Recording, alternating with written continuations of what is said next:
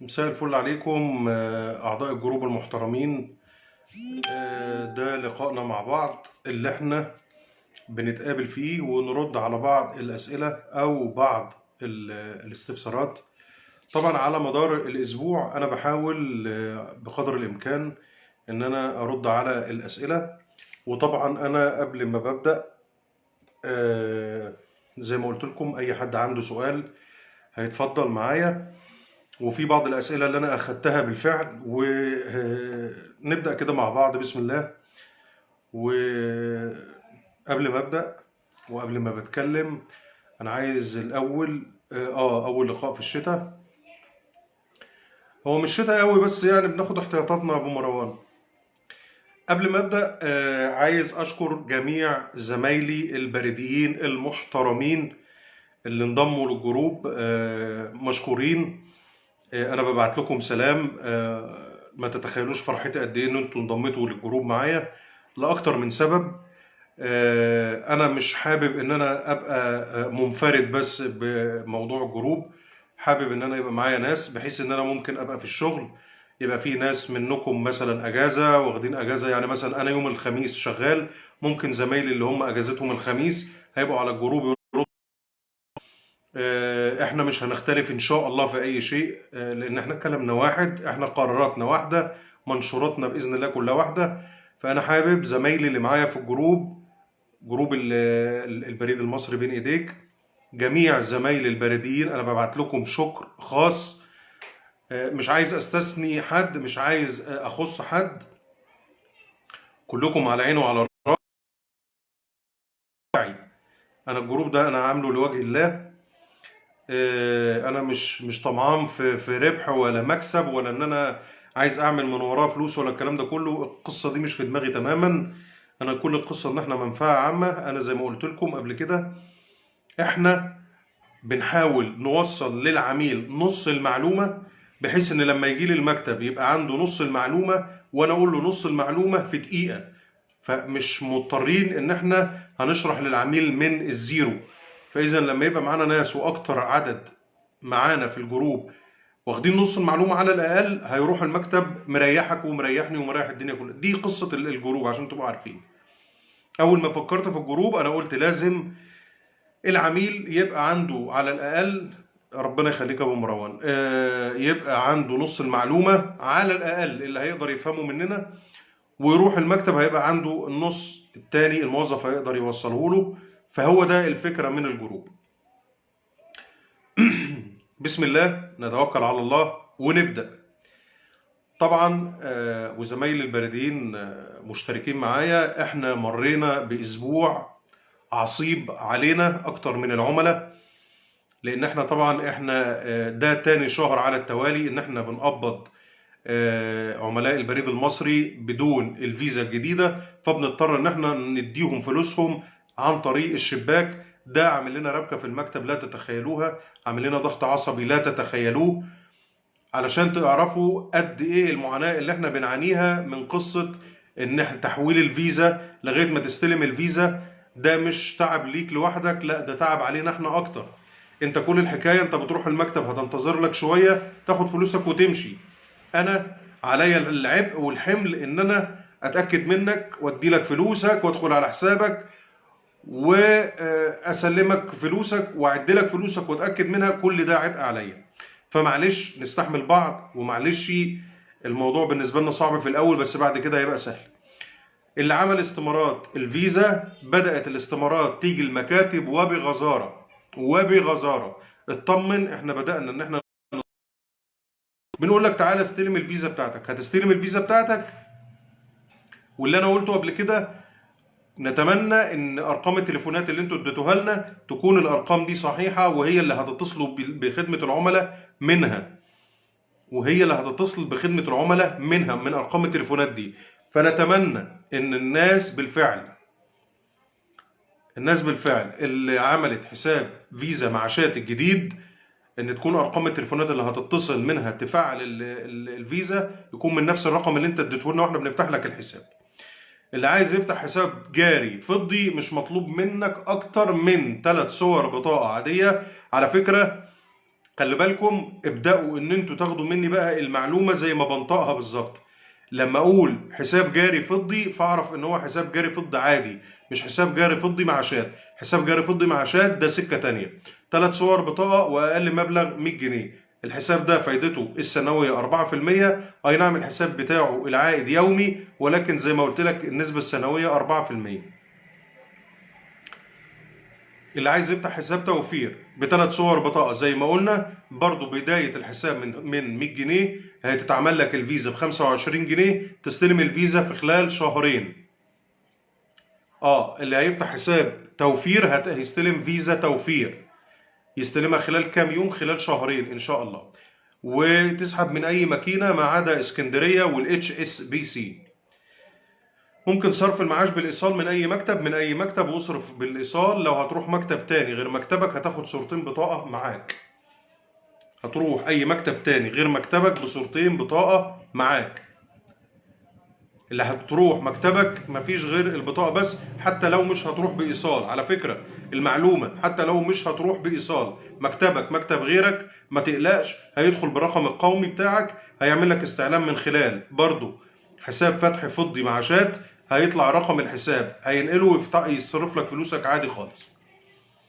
هتعرف ازاي ان فيزا المعاشات وصلت؟ هيتصلوا عليك ويقولوا لك تعالى استلمها. تفعيل الحساب الجاري على فيزا الكلاسيك، تفعيل الحساب عادي خالص، بغض النظر هي كلاسيك ولا مش كلاسيك، هي التفعيل واحد. على التوفير، على الجولد، اي تفعيل فيزا هي طريقة التفعيل واحدة. الاتصال على 16 789 او 02 353 15 900. الحساب الجاري بيكون عليه فايدة. الحساب الفضي بداية فتح الحساب من 100 جنيه. الحساب ده فايدته السنوية 4%. الحساب الذهبي 10000 جنيه وما يقلش عنهم طول فترة تعاملك على الحساب الذهبي. بداية من 10000 جنيه فايدته السنوية 5%. لا، الايزي باي ما ينفعش ان انت تستخدمها على حساب جاري فضي. الايزي باي قصة والحساب الفضي قصة تانية تماما. الفيزا هنتكلم عن الفيزات وانواعها وهنتكلم عليها باستفاضة.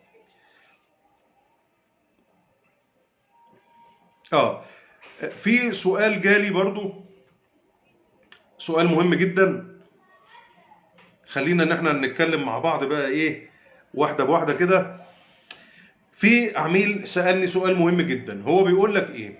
بيقول لك لو عميل معاه كارت فيزا المعاشات، يعني هو عمل حساب معاشات واستلم الكارت وصرف شهر واتنين وتوفى، فهو كان سؤاله بيقول لك هل ولاده ممكن ان هم يستخدموا الفيزا ويسحبوا المعاش عادي خالص؟ مش لازم بقى ان هي زي حسابات المعاشات القديمة كل 6 شهور مدة صلاحيتها ويروح يفعل مرة في البريد.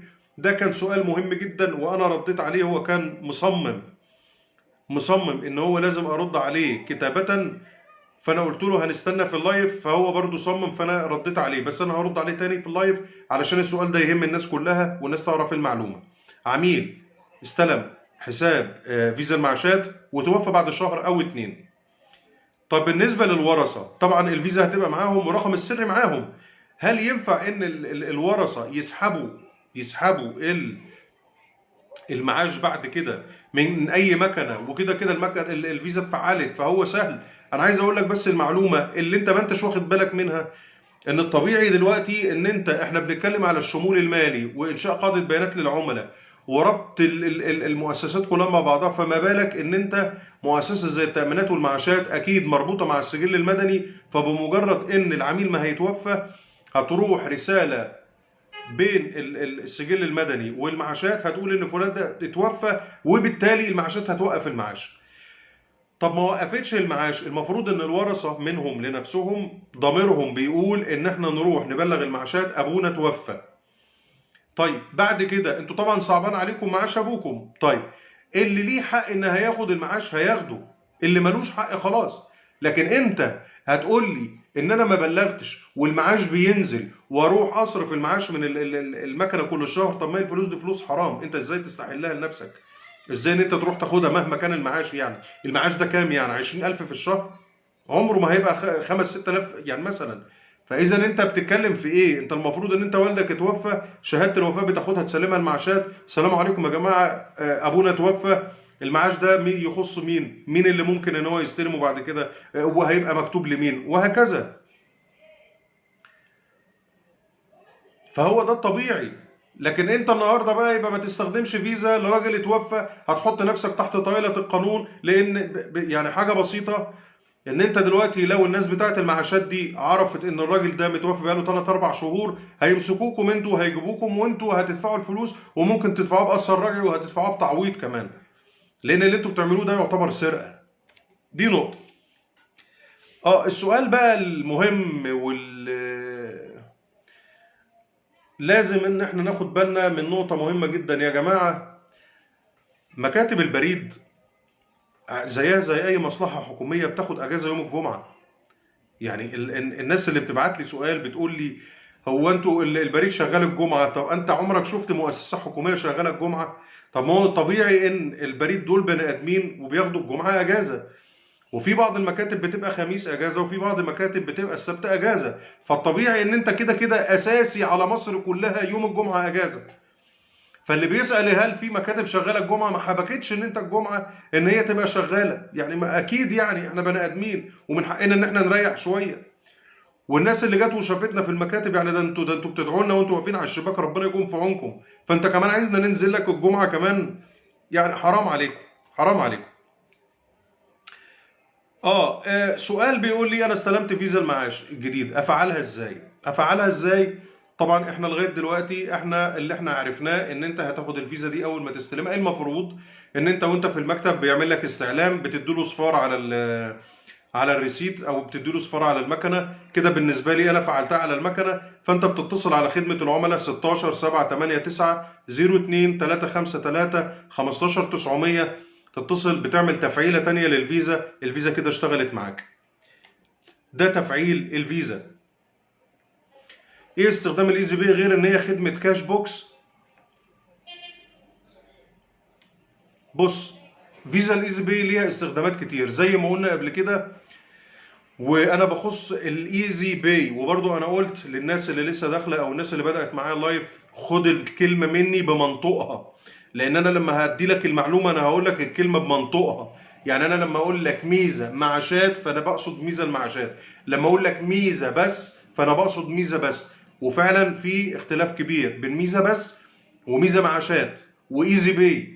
وفي ناس بتقول على الفيزا اللي هي الميزه اللي هي الجديده، بتقول لك الايزي باي الجديده. فما فيش حاجه اسمها ايزي باي الجديده، هي اسمها ميزه، ده غير ميزه معاشات.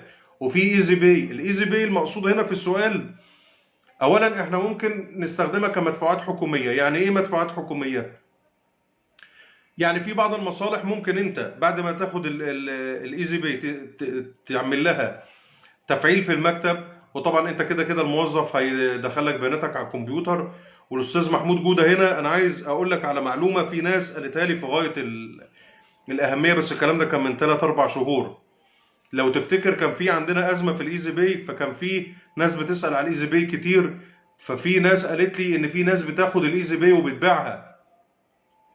في ناس بتاخد ايزي باي وبتبيعها ومن غير ما تسجلها على الكمبيوتر. فالنقطه دي انا مش فاهم ازاي ان في بعض المكاتب ممكن تعمل كده، ان انت تسلم بس ان انت 15 15 15 بقى وتفرق. لا، انا الايزي باي طريقه شغلها عندي في مكتبي اللي انا اعرفه، ان انت العميل بيجيب صوره البطاقه 15 جنيه، ادخل له بياناته، اسجلها على الكمبيوتر، اتفضل فعلها على الشباك الفلاني يفعلها، اتصل على خدمه العملاء بيتصل على خدمه العملاء. لكن ان انت بنفرق الايزي باي دي نقطه غريبه شويه. فالايزي باي انا بستخدمها كمدفوعات حكوميه، زي انا ما قلت ان انا ممكن ان انا اروح على مكن مخصص عندنا في البريد اسمه بي او اس، ان انت تحط الفلوس في الايزي باي. فانت ممكن تدفع فيها بعض المخالفات، تامينات، ضرائب في استخدامات معينه، وممكن يتبعت لك عليها فلوس من جهات حكوميه. يعني واحد لو ليه رصيد اجازات هيجي لي البريد يقول لي انا عايز ايزي باي. الايزي باي برضو بتستخدم في ايه؟ اللي هي حكايه الايزي بوكس. والايزي بوكس، ايه هي الايزي بوكس دي؟ للناس اللي هي بتبعت طرود وعايزه يبقى فيه مقابل ويبقى فيه فلوس ان مثلا انا هبعت طرد لفلان ده في مكتب بريد معين، بعد ما بيستلم الطرد والطرد ده مدفوع هيدفع الفلوس. هتجيلي الفلوس ازاي؟ كان في زمان يا استاذ محمود، انت معايا استاذ محمود جوده، طبعا انت عارف اللي هي حكايه الحافظه، لا استعوضوا عنها بالايزي بوكس، ان انت العميل بمجرد ما بيستلم الفلوس ويدفعها في المكتب بتسمع على الايزي بوكس فيستخدمها الايه؟ العميل. طيب كان في عندي سؤال برضو اللي هو السؤال بتاع ال50,000. ال50,000 لو انا حطيتهم يطلعوا لي فوائد كام في السنة؟ هنفترض ان انت بتتعامل على البريد اللي هو التوفير العادي ابو 8.25% او 8.5%. لو انت بتتعامل فانت هيدي لك 4130 جنيه في السنة. لو دفتر، لو دفتر ال50,000 4130 لو دفتر، 4100 لو فيزا، واللي هي بتكون في الغالب الفيزا الجولد. طيب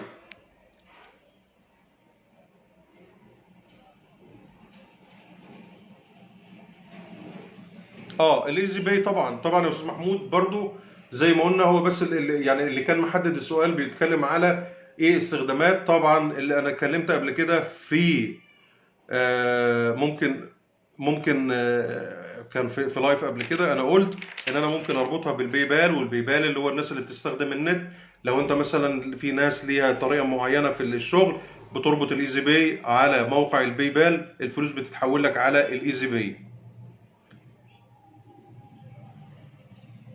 بالظبط، تسجيل الفيزا على السيستم بالظبط قبل ما يسيب المكتب.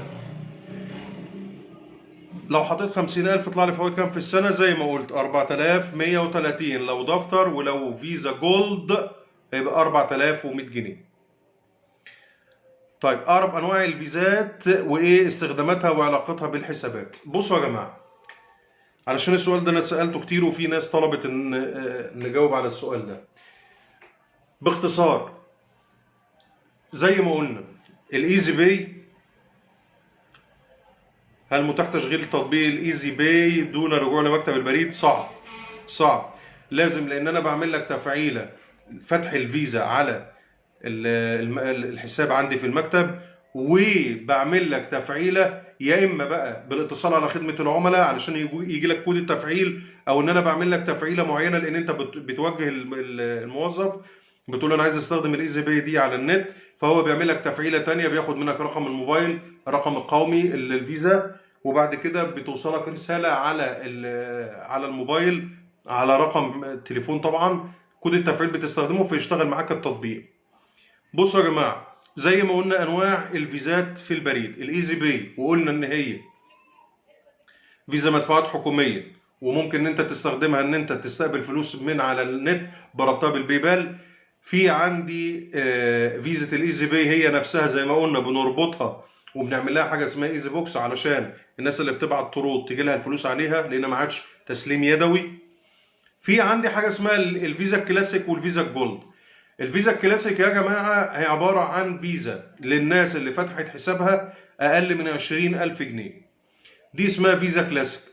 بس الفيزا كلاسيك لما هتبقى على التوفير نسبته ما بتتغيرش. يعني انا لو عملت الجولد على التوفير والكلاسيك على التوفير ده ما بيغيرش في نسبة الحساب، هو بيغير في طريقة التعامل. يعني انا دلوقتي لما اقول لك ان انا الفيزا بتاعتي جولد تعرف ان انا رصيدي معدي ال 20,000، ولما اقول لك ان هي فيزا جولد فهو قال لك ان هي ممكن تنفع ان هي تبقى فيزا مشتريات اللي هي الفيزا الجولد، لكن اختلاف الفيزا مش بيعلي نسبة الحساب. بقالك 12 يوم عملت تحديث الفيزا وخدمه العملاء، بيقول لي لسه، رحت مكتب البريد قال لي انا بعت التحديث وماليش دخل بالقسط. بالفعل احنا دلوقتي تحديث البيانات كل اللي انت بتعمله بتروح الموظف بيعمل لك استعلام وبيكتب رقم الموبايل على الاستعلام، وبياخد منك صوره من البطاقه، صوره من اول صفحه من الدفتر، وباستعلامك بندبسه وبنبعته. احنا بنبعته عندنا للناس، عندنا حاجه اسمها الهيلب ديسك اللي هو بيعمل لنا تحديث البيانات، ده ممكن يغيب بالشهور بالفعل، لكن احنا دورنا ان احنا بالفعل يوميا بنبعت بال 40 50 100 طلب تحديث في اليوم. هي بقى على ما بتاخد دورها هناك لان احنا مش مكتب واحد. يعني انا ممكن مثلا منطقه زي منطقه بريد الغربيه، يعني انا لو قلت لك ان هي فيها لا يقل عن 180 مكتب مثلا او حاجه مثلا، فانت تخيل ان انت ال 180 لو كل مكتب هيبعت 10 تحديثات في اليوم، فانت بتتكلم في عدد يعني. لو كان حوالة فورية وصلت ولا لا من على النت او اي طريقة غير الذهاب، مفيش غير هي طريقة واحدة بس. طريقة الحوالة الفورية هي طريقة واحدة بس، ان انت تكون عامل الايزي باي وعامل لها تطبيق على الموبايل.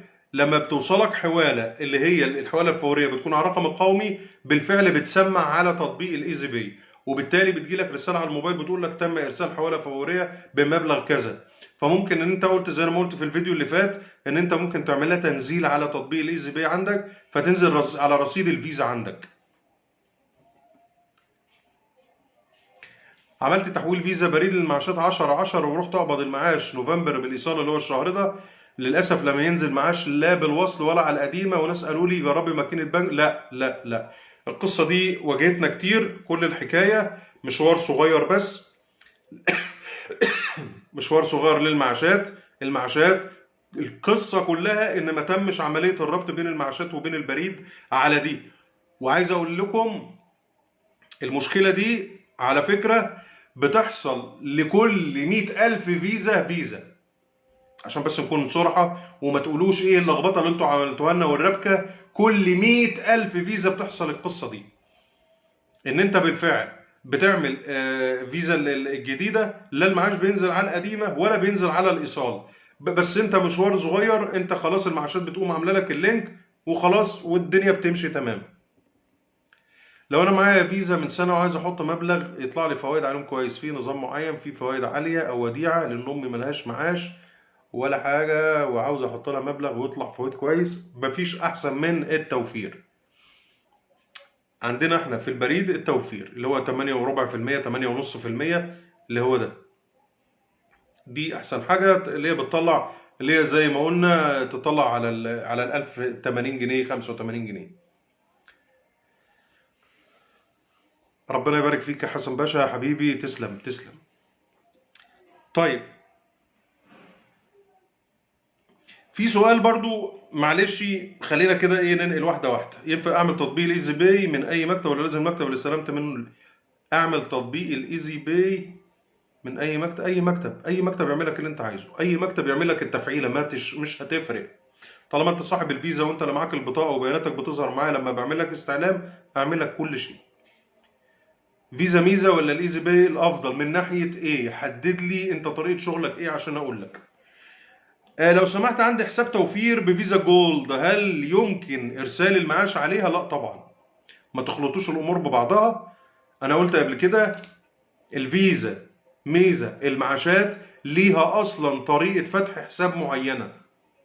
يعني هي اصلا علشان انا اعمل لك فيزا ميزه المعاشات، انا بدخل على ايقونه معينه على الجهاز عندي علشان اعرف افتح لك الحساب ده. لكن الجولد دي سكه، ما هي الجولد على فكره، الجولد انا ممكن اعملها على التوفير، والجولد انا ممكن اعملها على الذهبي، والجولد انا ممكن اعملها على الفضي العادي، مش الفضي المعاشات. لكن انت لما تتكلم بقى تقول لي الفيزا الجولد ولا المعاشات، لا المعاشات حاجه تانية خالص، دي سكه ودي سكه.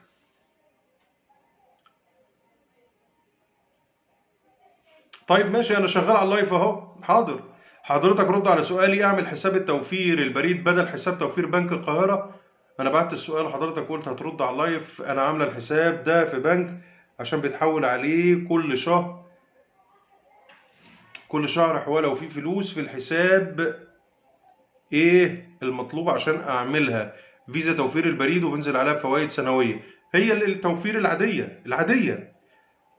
هتروح المكتب ب3 صور بطاقة، هتفتحي الحساب عادي خالص، اللي هي التوفير. هتجيلك الفيزا بعد شهرين، تفعلي الفيزا وبينزل معاها رقم سري. الرقم السري ما نغيروش، الرقم السري اللي بينزل مع الفيزا ما نغيروش. هو ده هو التوفير العادي، 8.5% اللي هو العادي.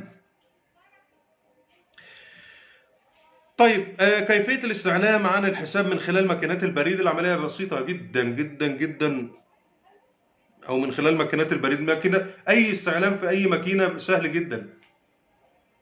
8 وربع ولا 8 ونص؟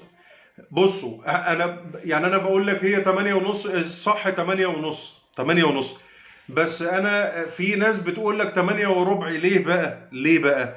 لان دلوقتي انا في عندي الرسوم الاداريه اختلفت وزادت. كانت الاول 5 جنيه كل 3 شهور، دلوقتي بقت 20 جنيه كل 3 شهور. فاصبحت يعني انت تخيل بعد ما كانت 20 جنيه في السنه بقت 120 جنيه في السنه. فاصبحت ان انا علشان اقول لك 8 ونص، في ناس بتقول لك ايه خليها 8 وربع علشان ايه الرسوم الاداريه تتدرى فيها، فتبقى القصه كده يعني. حضرتك ما كملتش كلامي، انا كمان ما جاليش رساله. طيب ماشي، ما فيش مشكله، هتجيلك رساله، هتيجي رساله. سلمت استمارات الفيزا معاش من شهرين ولم استلمها الى الان. جايه. ترقبوا الرسائل اللي هتوصل لكم او الاتصالات التليفونيه تعالى استلم الفيزا. ولكن انا بقول لك طالما، ودي دايما انا بقولها للناس عندنا في المكتب، طالما ان بتستلم معاشك ومفيش اي مشكله بالايصال ما تشغلش بالك، هتجيلك طلعت. وفي ناس برضو بعتت سؤال بتقول لي هل تم وقف فيزا المعاشات الجديده؟ استحالة، لان ده بروتوكول تعاون بين البريد وبين المعاشات. استحالة ان انت بعد ما امضي اتفاقية معاك واتفقنا خلاص انا رسومي هتبقى ايه وهتبقى ماشية ازاي واستراتيجية العمل بتاعتي هتبقى ماشية ازاي، ان انا اقوم قايل لك ايه لا احنا خلاص لغيناها. مفيش الكلام ده، مفيش الكلام ده. فيزا ميزة المعاشات الجديدة شغالة ومستمرة. طيب، مفيش امل نسبة الفوائد تزيد شوية يا مريم احمد؟ نسبة الفوائد بتزيد على حسب طبيعة اقتصاد البلد ماشي ازاي. اقتصاد البلد لو انا محتاج سيولة اشتغل في مشاريع، انا قلتها قبل كده، لو عايز سيولة اشتغل في مشاريع هعلي لك الفايدة في البنوك وفي البريد عشان انت تحطي لي فلوس كمدخرات اخدها اشغلها.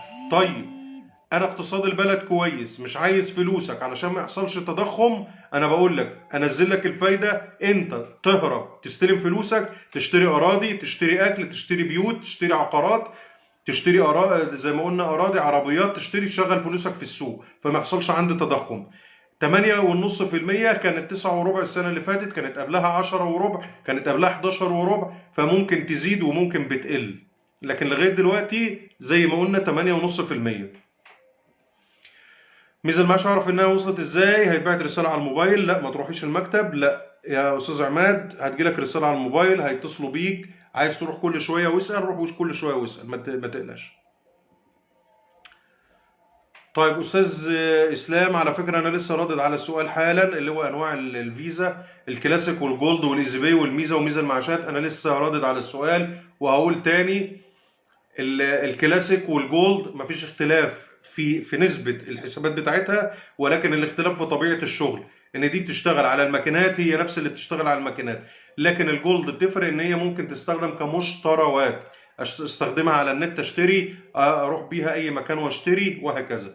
زي ما قلنا الميزة العادية ممكن ادفع بها مصاريف كلية، ممكن برضو يجي لي عليها تحويلات حكومية زي الايزي باي، ولكن بتختلف الايزي باي عن الميزه العاديه ان انا الايزي باي اعرف اشتغل بيها على النت واربطها على على تطبيق الايزي باي وليها تطبيق اللي هي الايزي باي، لكن الميزه العاديه ملهاش تطبيق.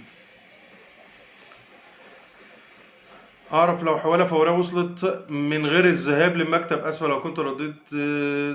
طيب ماشي، انا قلت ازاي اعرف ان ليا حواله فوريه من غير ما اروح المكتب ولا اتعب؟ بسيطه خالص، اروح مكتب البريد من بكره السبت، اي مكتب فاتح، اجيب فيزا ايزي باي ب 15 جنيه، الايزي باي افعلها تفعيله، والتفعيله الثانيه بخدمه العملاء او في المكتب اقول لهم انا عايز افعل الفيزا دي عشان استخدمها على النت، وتنزلي الابلكيشن بتاع الايزي باي. بمجرد ما تجيلك حواله فوريه هتسمع في ثانيه ان انت جالك حواله فوريه على التطبيق، ممكن تنزليها على التطبيق باستلام الحواله تنزل لك على فيزا الايزي باي، حواله 2 10 20 30 زي ما تكون، ان انت المهم ان انت بحد اقصى في الشهر 35,000 جنيه 50,000 جنيه زي النسبه المسموح بيها. وطبعا انت عايزه تروحي بقى تستلمي فلوسك، يبقى انت زياره للمكتب بالفيزا اللي معاكي واستلمي الحوالات دي كلها بدل ما تروحي. ما هي الفيزا الجولد توفير، لحظة أمل، هي الفيزا الجولد ما هي توفير، يعني أنا بعملها على التوفير، وممكن أعملها على الجاري الفضي وأعملها على الجاري الذهبي. الفيزا الجولد مش هتفرق في أي شيء زي ما قلنا. بالنسبة للسؤال بتاع توفير القاهرة ولا البريد، ما ينفعش تحول فلوس على حساب التوفير عندنا بدون وسيلة تعامل. يعني لو حد عايز يبعت حوالة على حساب التوفير مش هينفع. ينفع يبعت حوالة. على فكرة اللي انا سمعته ان انت ممكن تتبعت لك فلوس من البنك على حساب التوفير عندك، يسمع بعد 48 ساعة بتروح وتعمل استعلام في المكتب بتاعك، بيقول لك ان انت بالفعل تم تحويل مبلغ كذا من البنك كذا ومفيش اي مشكلة. ولكن اللي مش مسموح بيه ان انت تدي رقم حساب التوفير مثلا دفتر او فيزا لواحد في مكتب بريد تاني وتقول له حول لي على الرقم التوفير ده. حول لي ده غلط. انا قلتها في الفيديو اللي فات، مفيش تحويل على حساب التوفير من مكتب بريد تاني. في ان انت تحول على حساب التوفير من البنك، لكن حسابات كده ونحول لا، غلط. بالنسبة للحوالة اللي تدخل على شهر والفيزا هتطلع بعد شهرين، اعمل ايه علشان الحوالة باخدها شهرية؟ فيزا ايه اللي هتطلع بعد شهرين؟ فيزا ايه؟ بالنسبة للحوالة اللي بتدخل كل شهر والفيزا هتطلع بعد شهرين، اعمل ايه علشان الحوالة باخدها شهريا؟ توضيح للسؤال اكتر. يا فندم ممكن اعرف في تحويل من البريد لرقم حساب في البنك؟ ايوه في يا استاذ راضي، في بالظبط. هات رقم حساب البنك وروح المكتب بتاعك اللي هو فيه حسابك، ويكون رقم الحساب البنكي مظبوط. هيدخل بطريقه معينه بتحويل. في عندنا حاجه اسمها تحويل خارجي، ان انت ممكن تبعت على رقم حساب البنك وهيتعمل لك ايصال ويتحول المبلغ اللي انت عايزه حتى لو هتحول مليون جنيه. بقول ان الفيزا بتجدد بعد 5 سنوات، يعني هنرجع تاني نجدد؟ لا، لان الفيزا بتتجدد اوتوماتيك. فيزات البريد بتاعتنا انت مثلا وليكن احنا في شهر 11، لو انت ال5 سنين اللي فاتوا هتخلص في شهر 11 ده، بعد شهر ونص بالكتير هتروح تسأل هتلاقي لك فيزا جديدة نازلة برقم سر جديد، وتتصل على خدمة العملاء وتفعلها عادي خالص. في تحويل من الخارج على حسابي في البريد ولا لا؟ لا للأسف مفيش عندنا تحويلات خارجية. ولو في اللي انا سمعته، مش كل المكاتب فيها الحوالات الخارجية، لان احنا يعتبر لسه شغالين شغل يعني تجريبي بمعنى صح. لكن معمم لا، وان كنت اتمنى وان شاء الله هعرض الفكرة دي على رئيس الهيئة بإذن الله، يكون في طريقة للتعامل الخارجي للحوالات هنستفاد منها كتير جدا جدا جدا كبريد. هتبقى عمولتها ممتازة ممتازة ممتازة. بس اعتقد ان الموضوع فيه خوف شويه، لان احنا لو انفتحنا هتبقى الاوبن لان او زي ما نقول نت، فممكن يكون البريد خايف من موضوع الاختراق، فدي ممكن. بقول لك ما نزلش في بريد، وقالوا ناس جربي ماكينة بنك وانا مش متعودة على مكان بنك وجربت نزل كيف سيكون الشهر الجاي. بقول لك ما نزلش في البريد وناس قالوا جربي لا يا ست كل سومة دلوقتي ما هو انت هتروحي ليه ناحية البنك الا اذا كنت اصلا فاتحة الحساب في البنك. لو الحساب كان متحول لك في البداية للبنك نقول مش متحول وانت اصلا عملت الشغل في البريد، يبقى هيتحول للبريد بس ما حصلش اللينك مع المعاشات. فاذا انت لو اصلا ليك الشغل في البنك يبقى من البداية ما كنتش جيتي فتحت الحساب في البريد. انا بتكلم طبعا على ميزة المعاشات اللي هي المعاشات. ممكن اعرف متاح التحويل من الخارج على حساب البريد؟ لا يا استاذ يوسف. هو ممكن القبض بالايصال من غير مكتب احمد توشكا. ممكن ان انت تكون فاتح في حساب وانت سافرت محافظة تانية وجاي الشهر عليك وعايز تاخد القبض بتاع المعاش بتاعك. ايوه، روح بالايصال اللي معاك. مش معاك الايصال ما تشغلش بالك، ادخل بالبطاقة على الموظف، هيعمل استعلام، هيطلع رقم الحساب، هيقبضك المعاش، بس خد معاك صورتين بطاقة. تاني يا استاذ يوسف لا. هل متاح ايداع اموال على الحساب الفضي العادي من خارج مصر؟ زي ما قلت حتة التحويلات الخارجية دي انا مش هفتي فيها، لان انا ما شفتش ان في حد قال، ولو حد قال هننشر على المنتديات بتاعتنا اللي تخصنا ان في تحويل كذا وتم، او على الاقل هيبقى مثلا واحد حول وحسابه ما نزلش او الكلام ده، فما فيش تحويلات خارجيه قدامي حصلت. احلى حسابات هي توفير، عباره عن ادخار وسحب عادي، احسن من شهادات. عاوز مستقبل ومش ضامن احتياجات ماديه. اه طبعا طبعا. يعني انت دلوقتي التوفير، انا زي ما بقول لك كان من ضمن الفوائد بتاعه التوفير او التعامل في البريد، ان انت بتحط 100,000 جنيه، عايز تاخدهم بعد اسبوع هتاخدهم، ال 100,000 جنيه خدهم. هتسيبهم 5 6 شهور وهتاخدهم. هتسيبهم 5 6 شهور، اتحسبت الفوائد ال5 6 شهور هتاخدها في شهر 7. عايز تسحب الفلوس دي كرأس المال كله بتسحبه. اما بالنسبة للشهادة لا. يا استاذ يوسف السيد، انا قريت السؤال بعد اذن حضرتك، في تحويل من الخارج لحساب البريد؟ لا لا لا. ربنا يخليك يا استاذ اسلام، اشكرك جدا جدا. تحويش،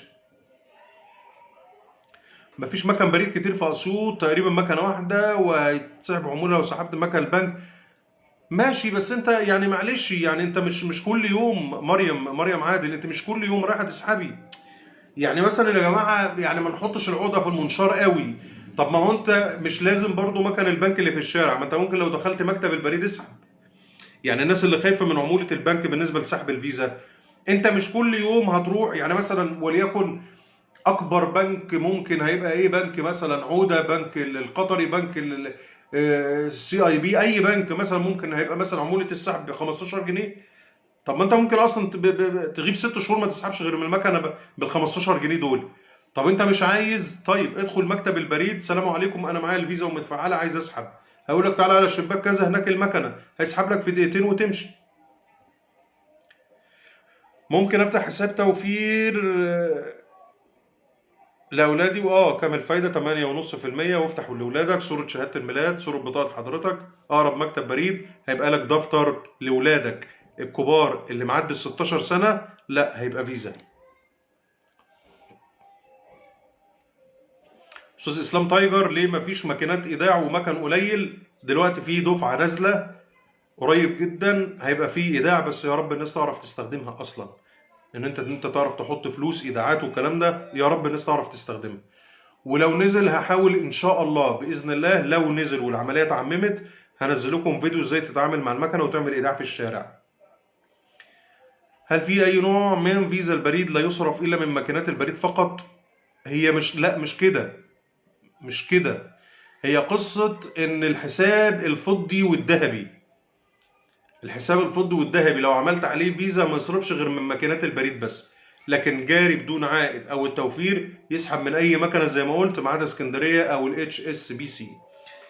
نرجع يا حبايبي، قلنا خلاص اللي عايز يفتح حساب لاولاده صوره شهاده الميلاد، صوره البطاقه، اب وام عادي. الاوراق المطلوبه لعمل فيزا، الميزه المعاش 3 صور بطاقه، رقم موبايل شكرا، ورقم الموبايل يكون رقمك اللي هتتصل بيه وانت بتفعل الفيزا. هل سيتم استلام المعاش من ماكينات البريد؟ وهل سيتم تفعيلها كل 6 شهور زي القديمة؟ الجديد ان لا، يعني الجديد ان انت هتفعلها وتتصل على خدمة العملاء وتفعلها. الفيزا، الميزة الجديدة اللي نازلة 4 سنين 5 سنين هتبقى مفعلة، بس انت تقدر تحافظ عليها وتقدر تحافظ على الرقم السري، علشان لو ضاع الرقم السري يبقى احنا هنرجع تاني للخلف دور ان احنا نسحب من على الشباك في الزحمة. حافظ عليها زي القديمة بالظبط. امتى هيتم صرف العمالة غير المنتظمة؟ قريب جدا بإذن الله، لما تنزل أنا هعمل لكم تنويه في نفس اليوم.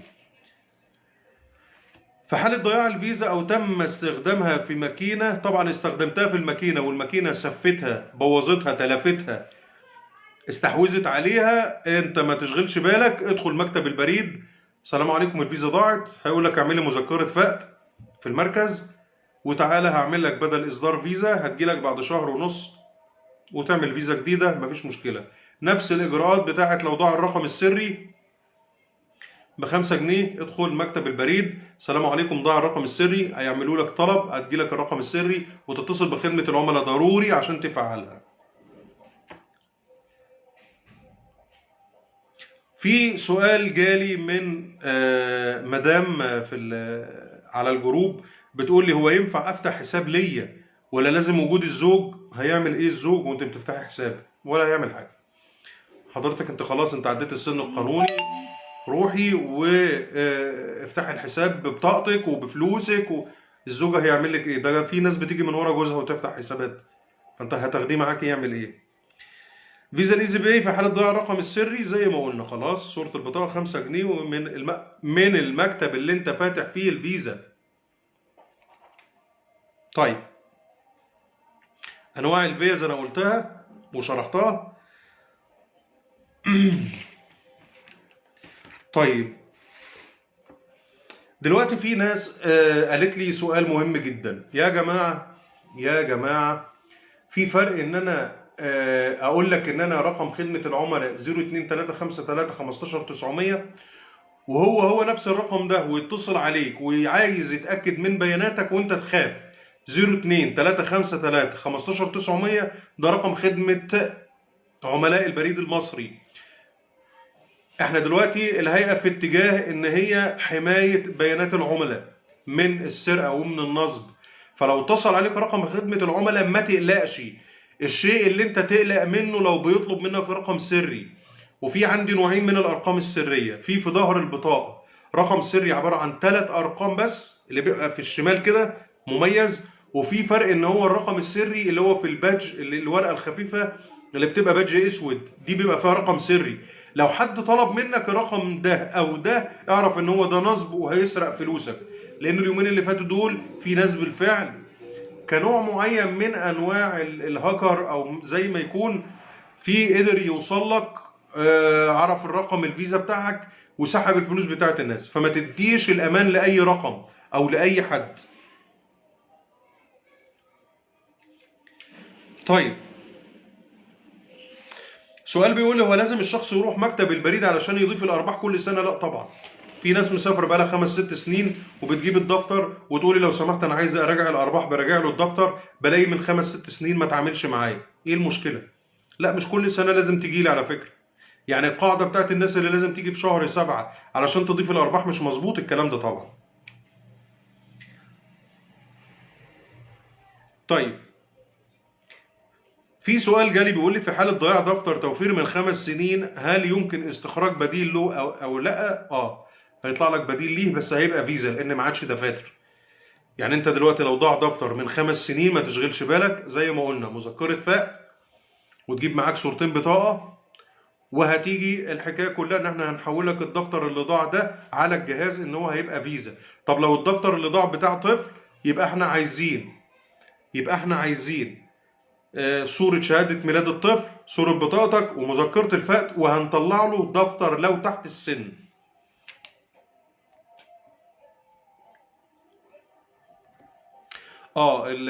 نيجي للأسئلة الأستاذ حسام الدين عباس. ينفع التحويل من الحساب الفضي العادي على حساب بنكي؟ ولو كان ينفع ايه رسوم؟ ينفع. انا التحويلات دلوقتي مفتوحه لي فضي ذهبي جاري بدون توفير، مفتوحه ان انت تحول لحساب بنكي.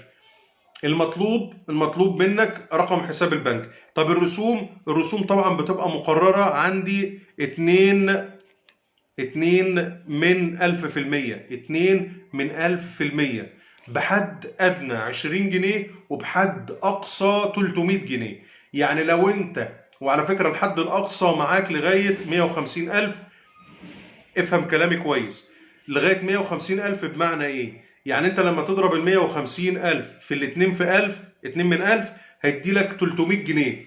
طب لو انت هتحول 170 هم ال 300، هتحول 200 هم ال 300، هتحول 300,000 هم ال 300، هتحول مليون هم برضو ال 300، هم برضو ال 300 جنيه.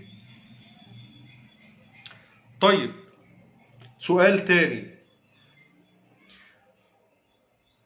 رديت على سؤالي ان افتح حساب توفير البريد بس الحساب هيفتح في خلال شهرين وانا كل شهر بتوصلني حوالة من الخارج، هاخدها ازاي اثناء الشهرين اللي بيتفتح فيه حساب التوفير؟ طب انت ما هو حساب التوفير ما كده كده يعني انا ما عنديش تحويلات خارجية اصلا، يعني انا كده كده ما عنديش تحويلات خارجية. طب انت هتقول لي طب انا يعني مثلا لو انت قاصد السؤال او قصدك السؤال ان لما تجيلي فلوس احط ازاي الفلوس وانا الفيزا هتجيلي بعد شهرين، في ايصال هيبقى معاك يحط الفلوس واسحاب الفلوس بالايصال لغايه ما تطلع الفيزا، الاستاذ محمود جوده، يا ريت لو انت معايا، انت سامعني، الدنيا تمام؟ محمود جوده تمام؟ لكل طفل دفتر ولا الكل في دفتر؟ لكل طفل دفتر، لكل طفل دفتر. انا متعود استخدم، بس يا ريت تنزل، يا ريت بدل نروح البريد ونستنى الدور. ايه اللي متعود تستخدم ايه؟ انا محول حساب البنك، هل ممكن يتغير ويبقى فيزا ميزة برضو ولا بنك عادي؟ محول حسابك لبنك، هل ممكن يتغير ويبقى فيزا ميزة برضو؟ انا اعتقد المحول لبنك ده ليه معاملة خاصة وهتطلع الفيزا بقى، يعني انا مش عارف هو معاش ولا عادي. لو انا ما عملتش سحب ولا ايداع لسنتين، هل يتم قفله مع العلم فيه مبلغ؟ لا طبعا، ما بيتقفلش الحساب. الحساب ما بيتقفلش الا اذا عدى عليه وليكن 10 12 15 سنه، يتقفل تماما، مغلق. لكن في عندي حساب بيتوقف لتحديث بيانات وبيتفتح وانت واقف. رسوم التحويل من البريد للحساب البنكي زي ما قلت 2 من 1000%. 2 من 1000%. يعني انت لما تيجي تضرب، هوريها لك كده، لما تيجي تضرب المبلغ، يا ريت لو هيبقى باين. يعني احنا لو هنقول مثلا 1000 جنيه في 2 من 1000 كده، باينه؟ 1000 في 2 من 1000، فهتدي لك بالظبط 20 جنيه زي ما قلت. دي العمولة بتاعت اللي هي التحويل من البريد للبنك. يا فندم أكتر بكتير من شهادات البنك، مثلا 4 وبنك 10%. هل يا فندم تقل فوائد البريد أكتر بكتير من شهادات البنك مثلا 4 لا أنا ما أعتقدش. أصل أنا على فكرة، إحنا لو بنتكلم بقى يا جماعة، أنا في عندي شهادات البنك انا ماليش دعوه بيها. الشهادات هتحجز لك فلوسك بالسنه ونص وبالسنتين، اللي هي الشهادات البلاتينيه اللي كانت 15 ونزلت، واللي كانت 20 ونزلت ل 12 وربع والكلام ده. دي شهاده بتحجز راس المال. انا بريد شغلي على التوفير 8.5%، زي ما قلت بتسحب من راس المال وتتعامل عادي خالص.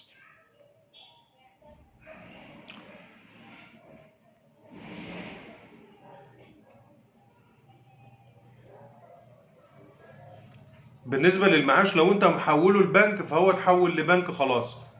ليه بقى؟ لان هو المعاشات جالها الاذن ان يتحول المعاش مني كمعاشات للبنك.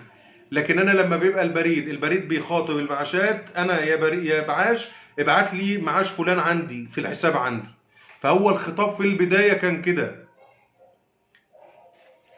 تحديث البيانات كل قد ايه دي احنا ما نعرفهاش، لان احنا قصه تحديث البيانات بالنسبه لنا لسه نازله السنه دي. لكن كل قد ايه؟ ممكن كل 3 سنين، كل 5 سنين، الله اعلم. طيب، جالي سؤال بيقول لي عملت فيزا توفير من 3 سنين وما استخدمتهاش من وقت الاستخراج، والفيزا لا تعمل، اعمل ايه؟ طبعا انت يعني انا عملت الفيزا من 3 سنين واستلمتها وما تعاملتش بيها اصلا. المفروض انا قلت اكتر من مره، لما نستلم الفيزا وانت واقف على الشباك يفضل، لان احنا دايما بنكسل، اتصل بخدمه العملاء وفعل الفيزا وانت واقف، حتى لو مش هتستخدمها دلوقتي، بس على الاقل تبقى مفعله معاك.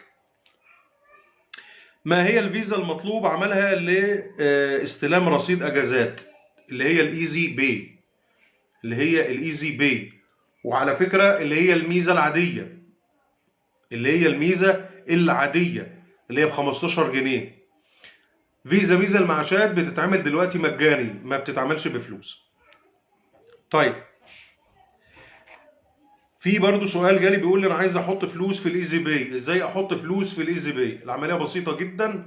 بتجيب الفيزا الايزي باي، بتجيب الرقم السري، هتدخل على مكتب البريد، لو سمحت عايز اعمل ايداع في الايزي باي، هقول لك المكنه على شباك كذا، هتدخل الماكينه عندنا اسمها بي او اس، ما يخصكش تعرف اسمها طبعا، لكن انت بتدخل بياخد منك المبلغ، بيضرب لك الفيزا ويعمل لك عمليه الايداع، ولازم يدي لك الوصل، وبص في الوصل كويس. طيب، انا سحبت فلوس من الدفتر او الفيزا ولم تصل رساله بمبلغ السحب، اعمل ايه؟ طبعا احنا في بس ناس كانت بتجادل معايا في النقطه دي. انا عايز اقول لكم على حاجه. الناس اللي كانت بتجادل بتقول لي لا الخدمه مش متفعله، وانا اتصلت بخدمه العملاء وقالوا لي الخدمه مش مفعله. انا عايز اقول لك على مفاجاه. تتخيل ان انت الناس اللي بتفتح فيزا دلوقتي وهتستلم الفيزا بعد شهرين، الناس دي من بعد ما بنبعت الورق نقول مثلا ب 10 15 يوم، لو جاي بيسحب فلوس بتجيله رساله على الموبايل اللي هو اداهولي وانا بفتح له الحساب ان هو سحب. وتخيل ان هو اصلا ما استلمش الفيزا لسه. طيب دلوقتي افعل الخدمه ازاي؟ انا بروح مكتب البريد، سلام عليكم، بصوره البطاقه ورقم الحساب، لو سمحت انا عايز ان انا افعل خدمه ازاي تجي لي رساله على الموبايل. كل الحكايه المكتب بيخاطب الهيلب ديسك، الناس المسؤوله عن تحديث البيانات، هيدخلك رقم الموبايل بتاعك على حسابك، وبعد نقول 10 15 يوم بالكتير على ما حسب ان تحديث البيانات يتم، بعد عمليه السحب هتجيلك رساله مباشره. طيب انت هتقول لي انت ايه دليلك على الكلام ده؟ اقول لك دليل الناس اللي بتتفرج عليها دلوقتي، الناس اللي عملت فيزا المعاشات الجديده واستلمت فلوسها بالايصال الشهر اللي فات والشهر ده، بتجيله رساله وهو واقف قدامي على الشباك ان تم سحب مبلغ كذا من حساب فض المعاش. تتخيل؟ هو لسه ما استلمش الفيزا بالفعل، انتوا لسه باعتين لي بتقول احنا عملنا الفيزا بقالنا شهرين ما استلمناهاش. بالفعل في ناس دلوقتي لما بتسحب الفلوس علشان تفهم ان الخدمه مفعله بالفعل، وهو واقف على الشباك بعد ما بنفذ عمليه السحب بتجيله رساله على الموبايل ان تم عمليه سحب. فاذا الخدمه مفعله. يبقى ايه المفروض؟ اروح المكتب واعمل تحديث بيانات. سؤال: لو مبلغ في حساب فضي ومبلغ في حساب توفير، ما هو العائد الأعلى للحسابين؟ حساب التوفير طبعا، لأن حساب التوفير 8.5%، الحساب الفضي 4%. لا لا لا يا أستاذ إبراهيم، أستاذ إبراهيم المبلغ في 73 من 10,000 ده حساب رسوم 48 ساعة. الحسبة دي لرسوم 48 ساعة. يعني أنا دلوقتي لو عميل مبعوت له فلوس على الحساب الفضي أو على الحساب الجاري الذهبي، وهيسحب فلوس أو حساب بدون عائد، 3 حسابات الجاري، وهيسحب فلوسه في نفس اليوم، أنا بضرب له الضربة دي المبلغ في 3 أصفار 73 علشان أطلع له رسوم 48 ساعة. لكن الحسبة اللي أنا بقولها 2 من 1000 رسوم تحويل من البريد للبنك. يبقى احنا لو قلنا لو عندي حساب فضي عادي وحساب توفير، ايه فيهم الحساب الاعلى؟ التوفير 8.5%، والفايدة سنوي في شهر 7. سؤال بقى قنبلة، السؤال القنبلة اللي هو طبعا انا هيشاركني فيه زمايلي حبايبي البريديين اللي موجودين معايا على الجروب. سؤال مهم جدا، خد السؤال واشرحه لكم. السؤال بيقول كالآتي: راجل عنده حساب فضي عادي، فتح حساب فضي عادي، راجل بيتعامل في السوق، بتجيله فلوس على الحساب الفضي وشغال بقاله 5-6 سنين، بقاله 5-6 سنين بيتعامل على الحساب الفضي العادي. فشورنا عليه، طب وانت تعب نفسك ليه؟ وبتيجي ان انت تتعب نفسك وتستنى في الدور وتسحب فلوسك من على الشباك؟ طب ما تعمل فيزا على الحساب. قال لي ايه؟ قال لي طب ما انا عندي فيزا توفير. قلت له طب ما هو كده العمليه ممتازه، طب ايه المشكله؟ طب ما تيجي بينا، طبعا على فكره هو السؤال بس انا بقوله لك طريقه شرح، طب ما تيجي يلا بينا نربط لك الحساب الفضي على حساب التوفير. ماشي يا استاذ ابراهيم، اوكي انا اسف انا بحسب انت بتقول لي الحسبه لان هي جت بعد السؤال بتاع التحويل، معلش. هي دي فعلا بتاعت ال 48 ساعه، انا ما خدتش بالي من السؤال. على فكره في بعض الكومنتات انا ممكن ما اكونش شايفها في اللايف على طول، ممكن انا بعد ما بخلص اللايف بكتشف ان في كومنت. ماشي. نكمل تاني يا استاذ ابراهيم، ركز معايا في النقطه اللي جايه دي. انا دلوقتي الراجل ده عنده حساب فضي بيتعامل بقاله 5 سنين، بتجيله عليه فلوس. طب وانت يا ابن الناس ليه تعبان وقاعد مستني دورك ولما بتدخل على الشباك واقول لك هتسحب ايه تقول لي حساب فضي. طب ما نعمل لك فيزا. قال لي طب ما انا عندي فيزا توفير. طب ما انت عندك فيزا توفير يا ابن الحلال، طب ما انت كده زي الفل. طب ما يلا بينا نربط الحساب الفضي على التوفير ويبقى الحساب مع بعضه. قال لي والله دي على كتفك، بس خلي بالك انا رحت المكتب والناس قالت لي ما ينفعش، لازم تعمل طلب ولازم ان انت تقفل الفضي وتفتح فضي جديد عشان نربطه لك على الفيزا. طب انت يا استاذ ابراهيم ايه رايك في القصه دي؟ ايه رايك في القصه دي؟ انا شرط عليه وقلت له الاتي. قلت له انت هتروح مكتبك وهتقول له لو سمحت انا دي الفيزا بتاعتي اهي، فيزا التوفير، وانا ليا رقم حساب فضي اهو، ايه رايك انا عايز اربط ده على ده. قلت له انت هتروح وهتقول له لو سمحت هتعمل لي طلب انشاء فيزا عادي خالص، اللي هو النموذج انشاء الفيزا او طلب عمل الفيزا، وهنكتب رقم الحساب الفضي بالفعل تحت، وهنقشر على الطلب فوق وتحت مع العلم ان العميل لديه فيزا برقم كذا.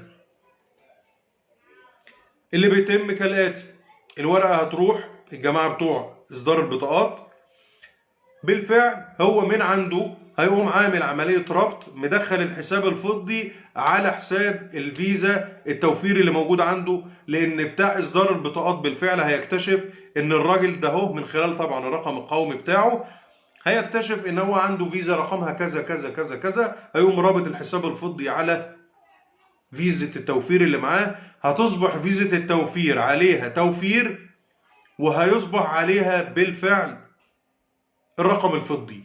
ايه رأيكم؟ ايه رأيكم؟ طبعا لو عملنا الطريقة العادية في الشغل ان انا تجاهلت تماما ان الراجل ده ملوش فيزا توفير او ملوش فيزا تماما، وانا عملت طلب انشاء عادي خالص، بالفعل لما هيروح ممكن يبعتوا كده مكتوب ان هذا العميل لديه فيزا وتم اضافة الحساب عليها. يبقى اذا الراجل ده استفاد ان هو بدل ما يدفع رسوم انشاء فيزا من الاول تاني اللي هي 25 جنيه او 30 جنيه، لا الراجل ده هيضم له الحساب الفضي على حساب التوفير اللي موجود عنده بالفعل. سؤال انا اعتقد ان هو سؤال اخير، لان انا لاحظت ان في ناس بدأت خلاص ما عادش حد بيكتب اسئلة.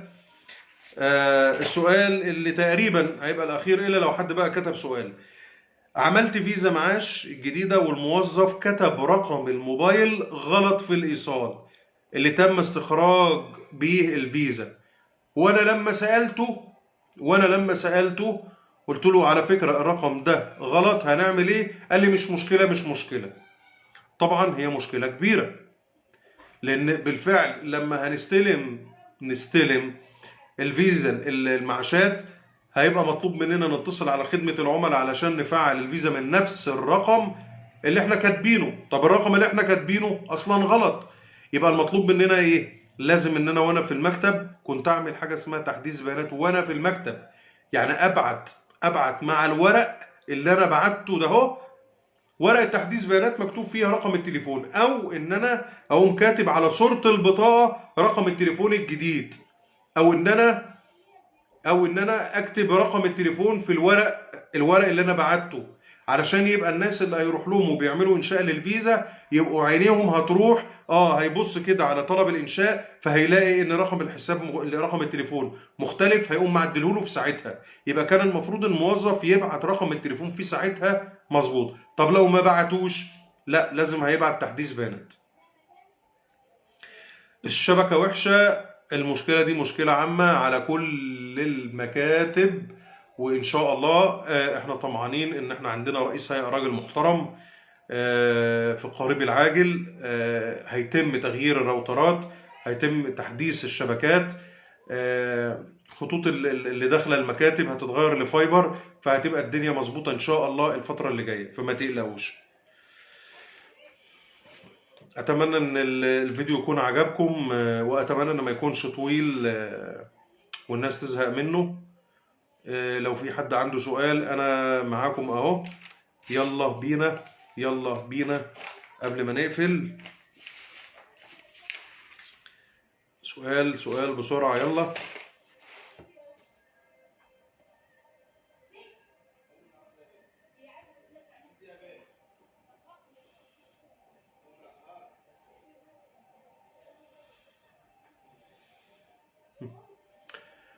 طبعا كان في برضو سؤال، في حد بيقول لو تفعيل الفيزا من الرقم المسجل على بيانات أو أوراق عمل الفيزا، وماذا لو تم تغيير رقم الموبايل بعد عمل الورق؟ لازم نروح المكتب تاني ونعمل تحديث بيانات فورا فورا. لازم نعمل تحديث بيانات فورا قبل ما تجيلك الفيزا، لان هيقولك اتصل من نفس الرقم. يعني انت بمجرد اصلا ما هتتصل على خدمة العملاء، لو سمحت انا عايز افعل الفيزا رقمها كام كذا، هيدخل على بياناتك هيقولك لا حضرتك لو سمحت اتصل من رقم التليفون اللي انت سجلت بيه. يبقى انت استنيت معاهم 10 دقايق او حاجة، وبعدين هيقول لك لا. طب انت هتعمل ايه؟ هتروح المكتب تاني وهتحدث البيانات تاني وتستنى تاني. طب لا، الحق نفسك. استاذ يوسف ربنا يبارك فيك، انا والله اللي سعيد بيكم وبوجودكم معنا. المهم يكون الرقم اللي مكتوب في استمارة الفتح صحيح، حتى لو دخل موظف غلط عند انشاء الفيزا هيتم مراجعة البيانات وبتعمل صحيح. ممكن ما هو ده احنا نتمناه. يعني احنا نتمناه ان يكون مكتوب في الورق مظبوط، لان ممكن برضو يكون الموظف خد الرقم من الورق اصلا غلط. طب لو خد غلط، لا يبقى نعمل تحديث بيانات.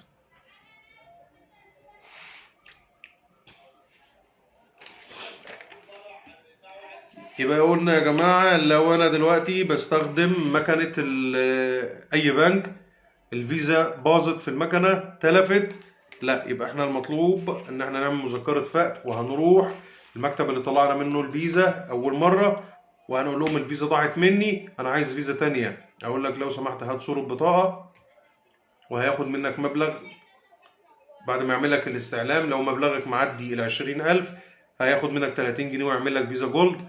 مبلغك اقل من ال 20,000 هياخد منك 25 جنيه ويعمل لك فيزا كلاسيك. سؤال سؤال سؤال يلا.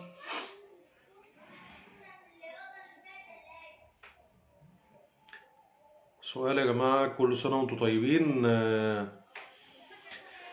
يا رب أكون قدرت إن أنا رديت على معظم الأسئلة اللي جات لي. وطبعا أنا سعيد جدا تاني للمرة الأخيرة. زمايلي وحبايبي اللي معايا من مكاتب البريد، أنا بعتز بيكم جدا. شاركوني، ما تتكسفوش.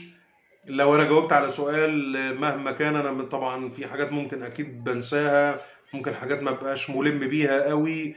فاحنا كلنا بنكمل بعض. الجروب ده لينا كلنا، للعملاء ولينا كموظفين. تعمل بس على طول، استفدت كتير وانت شخصيا. ربنا يبارك فيك يا استاذ اسلام، ربنا يبارك فيك.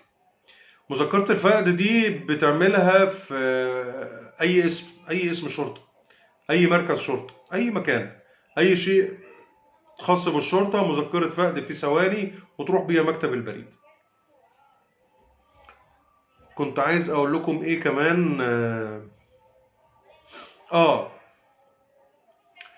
طبعا انا هقول نقطة مهمة جدا.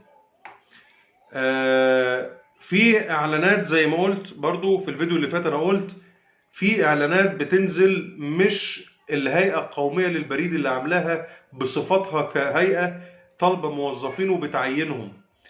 في شركة توزيع بريد خاصة تعاقدت معاها الهيئة، زي ما قلت المرة اللي فاتت برضو، عاملة زي شركات الامن. شركة امن بتاخد ناس وبتدربهم وبتديهم يونيفورم زي، وبعد كده انا عايز 10 منهم في البريد، عايز 20 في البنك الفلاني، 30 يحرسوا الفلاني. دي خاصة، دي شركة توزيع خاصة بتطلب ناس بعقود، ليها مقر. انا بعت كمان اللينك بتاعها او الصورة بتاعتها والتليفونات بتاعتها. بتطلب ناس باستمرار، عبارة عن شركة توزيع شباب عشان يوزع خطابات على المنازل وعلى الشركات. فهي المطلوب دلوقتي في التعيين شركة البريد زي أي شركة خاصة بتطلب الناس دي لكده. ليه؟ لأن البريد، الهيئة القومية للبريد، فيها شباب محترمين جدا جدا جدا، كانوا بكالوريوسات تجارة بريد، كانوا هم اللي بيوزعوا الخطابات. دول اتاخدوا ودخلوا المكاتب. حتى انتوا لو لاحظتوا الناس اللي بتتعامل مع البريد باستمرار هتلاقي بقى فيه قاعد على المكاتب والشبابيك 3 4 جداد. كل المكاتب دخل فيها الشباب المحترم ده، هو دول اللي شايلين دلوقتي الشغل في المكاتب المالية. طب مين اللي هيوزع الخطابات؟ اللي هم دول اللي بيتعينوا تبع شركة البريد الخاصة. فهو ده الشغل اللي بيبقى مطلوب في البريد حاليا. طالما جت رسالة على موبايلي من البريد كده هتبقى البيانات صح. طبعا طبعا يا حاج عصام، اكيد طبعا. طبعا طالما انت جات لك رسالة بتقول لك تم سحب المبلغ كذا من حسابك اللي هو كذا، فانت بياناتك مظبوطة وانت طبعا سحبت المبلغ ده، فاكيد بياناتك تمام. طيب بعد اذنكم نقطة تانية. يبقى احنا كده اتكلمنا على ان ايه اللي بيطلب شغل. فقلنا شركة التوزيع الخاصة بتاعت الخطابات، مش تعيين في البريد، لا ده هي حاجة مؤقتة، شغل موسمي، الكلام ده كله. الجروب، انا اسف، انا عامل الجروب للمواطنين العملاء. فبالتالي الجروب لو انتوا لاحظتوا، لو انتوا اخدتوا جولة في الجروب كله هتلاقوه ان هو عبارة عن اسئلة ورد عليها، اسئلة ورد عليها، اسئلة ورد عليها. مش زي جروبات البريد بتاعتنا اللي احنا بندخلها فبنعرض فيها مشاكلنا كموظفين. بقى الحاجات اللي هي تخصنا، اللي هي انا مش ما ينفعش ان انا اقولها دلوقتي طبعا، اللي هي تخص شغلنا احنا، فمش هينفع احنا هنناقشها مع بعض على الجروب اللي هو اصلا بتاع العملاء. يعني انا دلوقتي فكرة الجروب ده قايمة، دلوقتي فكرة الجروب قايمة على ان دي للعملاء فقط، لمشاكل العملاء فقط والعمل على حلها. عميل عايز يفهم نقطة معينة، عايز شرح في نقطة معينة، فالجروب ده انا عامله لكده. اما احنا كموظفين احنا لنا الجروب بتاعنا اللي بنروح وبنتناقش فيه وبنعرض مشاكلنا فيه ونفرح بعض فيه ونزعل من بعض فيه، دي حاجة تانية. تاني الجروب معلش مش برضو يعني مثلا معلش انا الحمد لله انا مسلم وموحد بالله، اللي هي بقى يعني ايه بتاع مناسبات دينيه وصور ومش عارف ايه، طب فلانه ضاعت من اهلها وهربت، او فلانه مخطوفه، او الكلام ده مش هينفع برضو اعرضها على الجروب هنا. طيب حد عنده سلعه معينه وعنده حاجه عايز يعرضها، او الكلام ده كله، برضو الجروب مش مهيأ للنقطه دي. الجروب هو فقط للعملاء وأسئلة العملاء ومشاكل العملاء وحل مشاكل العملاء فقط. يبقى ولا إعلانات ولا بنات تايهة ولا حد مش عارف ولا مشكلة رأي عام وهنعرضها على الجروب مش هينفع نتكلم فيه. أنا حرصت إن أنا وأنا بعمل الجروب ده وأنا قاعد بدور على الفكرة إن الجروب ده بس فقط اتجاهه فقط للعميل بس، فقط للعميل بس. شيء مهم جدا عشان خاطري، مهما نختلف كعملاء مع موظف مع بعض كعملاء، بلاش نطلع عن الإطار، بلاش نشتم ونغلط في بعض، بلاش التطاول في الكلام، لأن أنا مش هسمح بيه. أنا مش هسمح بيه. يعني أنا أسهل ما يمكن إن أنا أعمل حذف للشخص اللي تطاول على حد ده، مش هسمح بيه. لو حد تطاول عليا، يعني حصل من يومين، امبارح اول امبارح الاستاذ اسمه عماد بيتكلم على الميزه المعاشات، فانا برد عليه فلقيته بيقول لي يعني فيما معناه كده، ممكن انتوا شفتوا التعليق، ان انت مش فاهم، هو انت متاكد ان انت في البريد انت مش فاهم شغلك او حاجه زي كده. فطبعا انا الكلمه نفسها في حد ذاتها مش حلوه وكلمه تقيله وكنت هحذفه من الجروب، بس انا قلت طب اهدى، طب هرد عليه طريق هاخده معايا في سكتي اللي انا عملت الجروب عشانها، ان انا افهمه القصه ماشيه ازاي. هو لقيته جايب معلومات من النت على فيزا بنك. طيب انت بتكلمني بقى ان انا فاهم شغلي ولا مش شغلي في ايه؟ يعني انا راجل في البريد وبكلمك على اني فيزا معاش البريد طريقتها كذا، وانا اللي بفتحها عندي، وانا اللي عارف شغلها وهتتم ازاي ومميزاتها ايه، وانا بدأت اكلمك، فانت قمت واخدني في سكة تانية خالص، وهي اصلا فيزا البنك الاهلي، وفيزا البنك الاهلي بتعمل ايه، واسلوب طريق. طب انا ماليش في القصة، يعني مش بتاعتي. وانا ان انا ادخل على سكه البنك وان انا اقول طريقه شغل البنك ايه مش بتاعتي، مش هذاكره. انا مش هذاكره، انا اذاكر شغل اللي في البريد. فانا مش هذاكر البنك بيشتغل ازاي، مش قصتي. انت جاي لي بتاخد من عندي بضاعه، ما عجبتكش البضاعه بتاعتي، خلاص انا عندي محل تاني فاتح بيعرض نفس بضاعته، روح له مشكورا. ما عجبتكش بضاعتي خلاص. يعني انا في ناس بتتكلم معايا مثلا، يعني انا عامل قناه على اليوتيوب، في بعض الناس بترد عليا بتقول لي ايه 8.5%، ايه ده، هي دي فايده؟ البنك عامل 15%. طيب، فانت اصلا اللي بيكلمك يعني هو مبدئيا ما هوش فاهم الفرق بين دي ودي ايه. طب دي ال 15% دي شهاده، وبتحجز لك راس المال سنه واتنين. طب انا بالنسبه لي البريد 8 ونص وانا شغال. طب توفير البريد، لا توفير البريد اعلى من البنك، والبنك ماشيها شرايح، والبنك بيبدأ الفوائد بتاعته من 3000 جنيه. لا انا البريد مش ماشي كده، مش بنفس السياسة دي، لا من كذا وماشي فاذا انت ما تكلمنيش بقى وما تجيبليش معلومة تخص البنك وتقول لي انت ما انتش فاهم شغلك.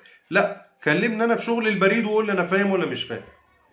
فدي نقطة برضو، حتة ان احنا يعني بلاش، احنا مش بنتكلم مع بعض في ماتش اهلي وزمالك وهنقطع بعض فيه. يا تقنعني بمعلومة يا اقنعك بمنشور من عندي ومعلومة. بلاش ان انت تدخل وان انت مش فاهم شغلك، لا. مبدئيا اعرف الفرق الاول. تاني، وبعيد وبزيد وبكرر، ما توقفش المعلومة عندك، خلي المعلومة توصل لكل الناس. لو انت استفدت خلي زمايلك يستفادوا، خلي الناس يستفيد، خلي المجتمع يستفيد. انت دلوقتي في معلومة عندك استفدت منها والجروب افادك فيها وريحك، مشكورا بعد اذنك. انا بقول لك الفيديو اعمله شير على صفحتك علشان الناس اللي عندك اللي انت ضايفها 200 300 500 الف مشكورا هيشوفوا ده ايه وبيتكلم في ايه، وبالتالي هيجوا على الجروب هيشوفوا الجروب بيتكلم في ايه. في ناس كبيرة في السن بتشكرني على ان انا المعلومة وصلتهم لحد البيت، كانوا يتمنوا ان هم يعرفوها في المكتب البريد ومفيش فرصة ان حد يشرحها لهم. طب انت ليه يعني تبخل عليهم بمعلومة؟ ابعت لهم الفيديو على صفحتك هيشوفوه، مين اللي بيتكلم، ده بيتكلم في ايه المعلومات اللي بيقدمها، فهو يشترك في الجروب. ده اللي انا عايزه، انا مش عايز اكتر من كده. شير الفيديو على صفحتك عشان الناس تستفاد بيه. لو انت تقدر ترفعه على اليوتيوب ارفع على اليوتيوب. لو انت عايز تعرف تضيف الناس اللي عندك على صفحتك، اصدقائك اللي على صفحة الفيسبوك للجروب بتاعنا، ضيف الناس، خلي الناس كلها تنفع بعض وتفيد بعض. انا مش طالب غير ان انا اكبر الجروب علشان الناس كلها تستفاد، كل الناس تستفاد. انا اتمنى ان بالفعل الجروب يكون افادكم، تكونوا استفدتوا منه، يكون دم خفيف عليكم. بالفعل نعمل حاجة جديدة ونبقى استفدنا بوقتنا على النت، ربنا يوفقنا كلنا. احنا مش عايزين اكتر من ان احنا نبقى على نفس المسافة، فاهمين بعض وانتوا فاهميني، فاهمين المكاتب شغالة ازاي، شغلك ماشي ازاي، وتبقى انت كعميل مطمن ان انت بالفعل بتشتغل في مؤسسة مهمة وواقفة على رجلها بالفعل. يا رب الفيديو ده يكون استفدتوا منه. طبعا انا ان شاء الله بكون معاكم، ربنا يدينا العمر واكون معاكم. اللي عنده سؤال ما تترددش، وهزن تاني عليك ان انت زود لنا الجروب، ابعت لنا الناس اللي عندك على الجروب علشان الناس كلها تعرف المعلومات اللي فيه. واقول لكم في النهاية تصبحوا على خير وكل سنة وانتم طيبين.